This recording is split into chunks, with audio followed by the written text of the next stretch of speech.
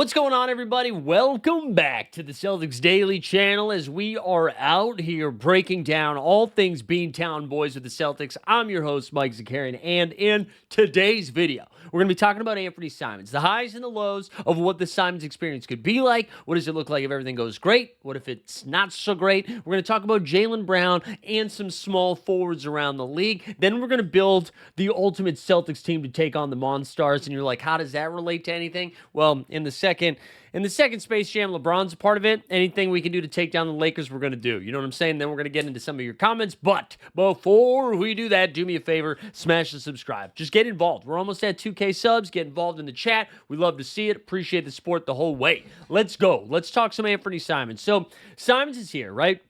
$30 million. $30 million on the books for this upcoming season. Simon's playing for a new contract. So here's what I wanted to just give you some background on Anthony Simons, what he's done with the Portland Trail Blazers, what we can expect with his time here with the Celtics, and is it going to be long-term, short-term rental? Is he going to be gone before the season starts? Who knows? A couple of things, just a reminder, right? The Celtics have basically cut between the tax and their salary from like in half, from like over $500 million to just over $200 million. They're so close to getting under the first apron and the tax in general, which is kind of why it still feels like there's one more move to happen, whether it is a Simons or a Sam Hauser. Those are the two most likely scenarios. One of those guys leaves. Doesn't have to happen until the trade deadline. So they can still get under the tax and the apron, but it might just not happen until later in the season. But before we get that far down the road, let's talk about Simons here. So Simons has been in the league for how many years has it been? He entered the league at age 19 in the 2018-2019 season. He's now 25, will be 26 this upcoming season, all right?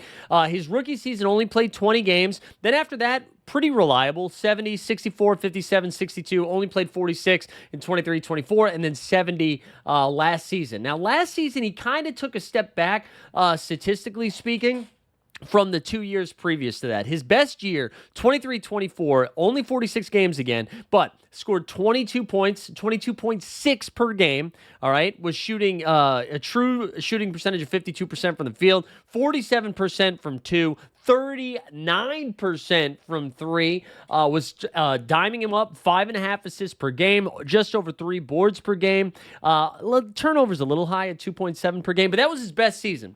Now, the next season, 24-25, which is the most recent season, you got to remember, Portland was in this weird spot, right? So they have Scoot Henderson on this team. They got Shaedon Sharpe. They traded for Denny Avdia. Jeremy Grant's still there. There's just a lot of, mouths to feed a little bit. And sometimes he came off the bench. Sometimes he'd start.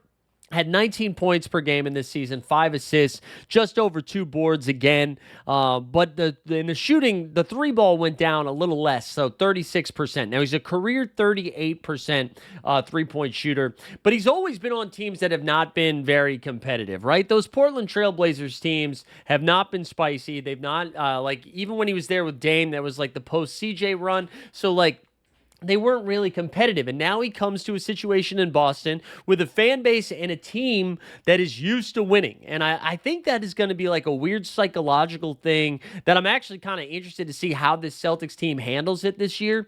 Because you have a team of guys outside of the young ones, but a team of guys that only know winning. Like Jaylen Brown has not been on a bad Celtics team. Peyton Pritchard has not been on a bad Celtics team. These guys are so used to playing deep into the season, into the postseason. And now they're going to be in a scenario where, if they finish over 500, I'd pat them on the back. Hey, good job. So this might be, even though it seems like a watered-down version of the Boston Celtics that we're used to, the most competitive environment Simons has ever played in. And I think this is a really good opportunity for him. And as a Celtics fan, one thing that is exciting when you have a guy playing for a contract, he's looking for his next bag. It's done. He doesn't have an extension on the table. He makes $30 million this year, and then that's it. So he wants to go out there and show not only the Celtics front office, but every front office out there in the league that he deserves a deal. And he's going to get a deal, but he wants that bag. He wants that money to go alongside with it. And it's going to be an interesting market because as we've outlined with so many of these other guys, right? Austin Reeves says he wants $30 million a year. So does Josh Giddey, who is a restricted free agent. He's not getting it. Cam Thomas, like, he's not getting it. And then, like, when you, Kuminga's another one, Quentin Grimes. And when you rank, like, Simons with all of those guys, like, do you have him? Like, I feel like if you told me Simons was making $18 million a year, hell yeah, sign me up for that. But if he's trying to get the, like, what he's making now at 30, I don't know if that makes a ton of sense. But anyways, back to on the floor. He's going to have a great opportunity with Boston as long as he's here, because we have not seen Peyton Pritchard as a starter yet, and I am a big Peyton Pritchard believer. I think his role can expand a little bit more. But he's going to have the opportunity to run the offense because we don't have other point guards. Like Derek White, I love Derek White's game. We've spent the last couple of videos talking about him. I don't know if he's going to be like the number one point guard, though, right? He's more of a two guard. So you're going to have the opportunity to see those assist numbers go up. He's going to probably lead the team in assists, if not him, maybe Jaylen Brown. But I'm going to assume we're going to see JB be more of the attacker this season. He's going to have the opportunity to chuck the three. I think one thing that's going to be very interesting looking at the Celtics this upcoming season, how are they going to adjust their offense? Are they still going to go with this like 5-out mentality, right? When you look at some of the rosters or the starting fives or the fives they throw out there, you'd have Drew Holiday, Derek White, JB Tatum, and then Porzingis, or throw Al Horford in there. All 5-6 guys that we just listed can shoot the three ball well enough that you have to defend. You look at what we've got now, and like Chris Boucher, sure, can kind of shoot the three. Luka Garza, sure, can kind of shoot the three. Not the same type of threat that the 5 that or 6 that we just listed were. So now you're going to have, like, sure, Jaylen Brown is a three-point threat, Simons, White, but now you got 3 guys that can chuck instead of 5. And I wonder if the Celtics adjust their offense, and I can picture some of you right now screaming at your computers being like, good, they do need to change it. Stop shooting the 3. So that, I don't know, that could be interesting. But I think we could see Simons, like, really, really fill it up,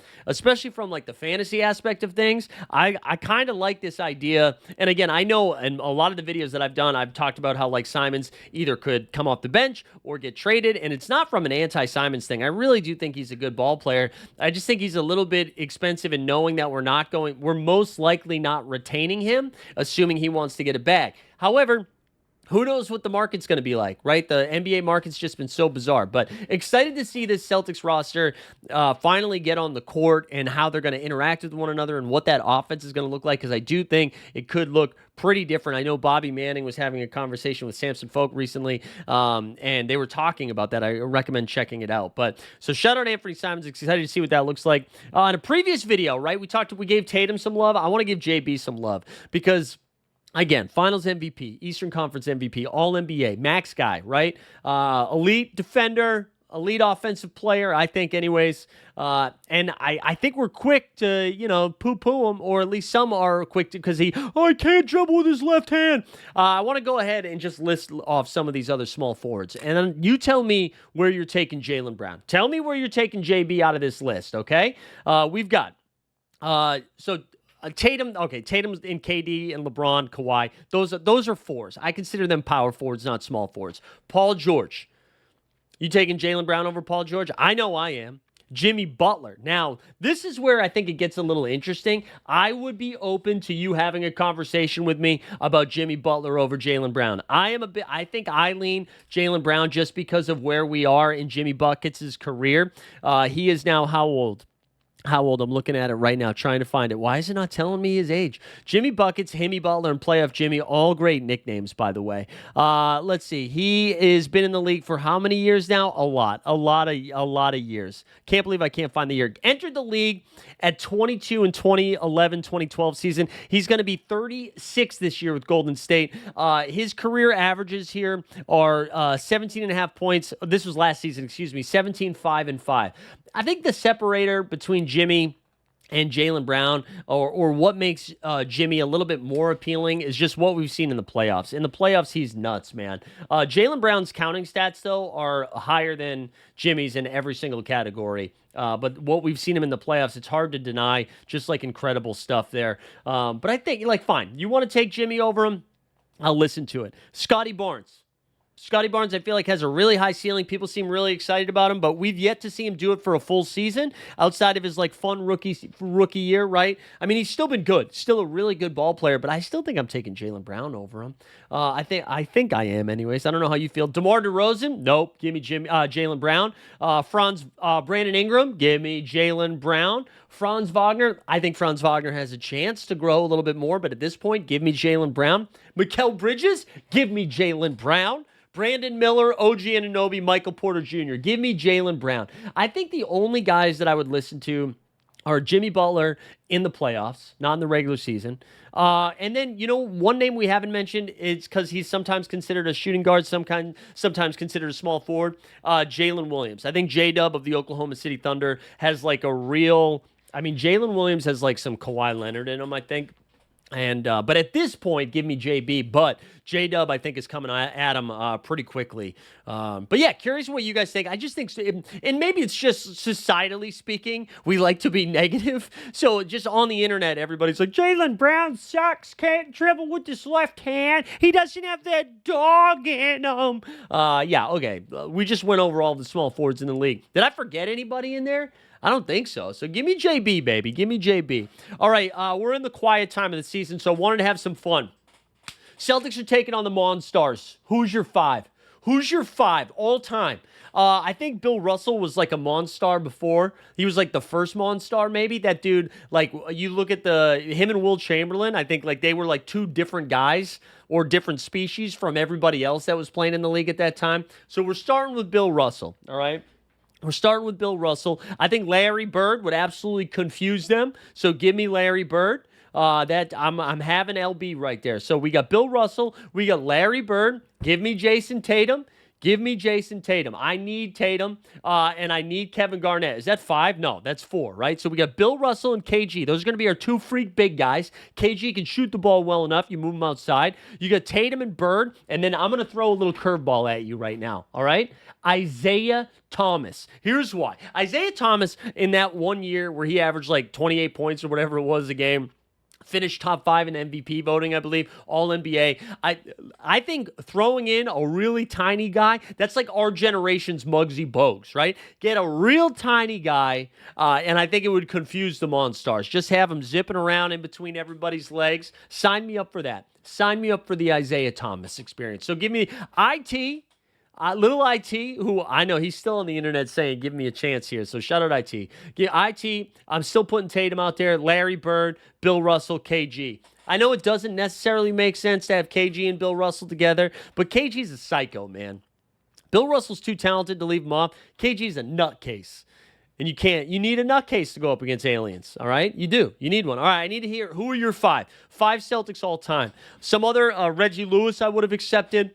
Robert Parrish, the Chief, you give him some love.